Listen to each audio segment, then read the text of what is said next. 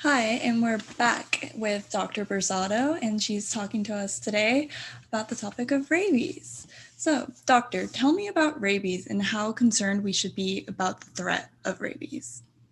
So, rabies is a deadly viral disease that can spread from animals to people when the animal's infected saliva comes into contact with a break in the skin.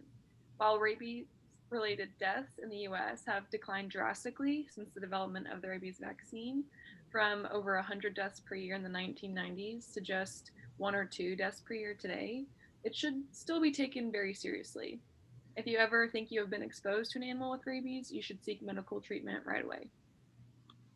Okay, wow. What should we do to reduce the risk of getting rabies?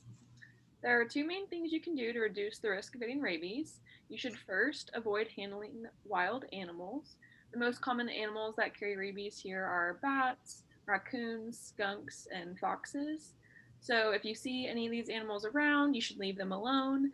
And if they happen to get inside your house, as they commonly do in the winter to escape from the cold, call your local animal control agency. Do not try to catch them yourself. The second thing, and arguably the most important thing you can do, is take your pets to the vet to get them vaccinated for rabies.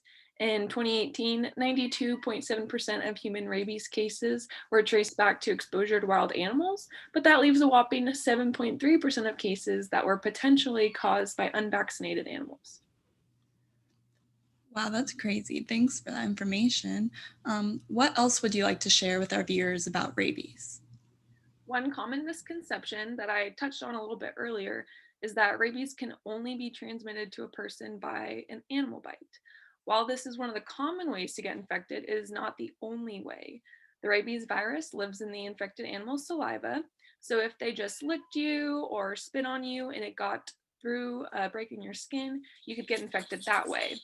That is why it's important to get your pets vaccinated. Not only does the vaccine protect them from getting rabies from some critters that they may encounter in your backyard, but it also helps keep them from unknowingly bringing rabies into your home. Wow, okay, thanks. That was a lot of information. It was very helpful. Thanks for having me.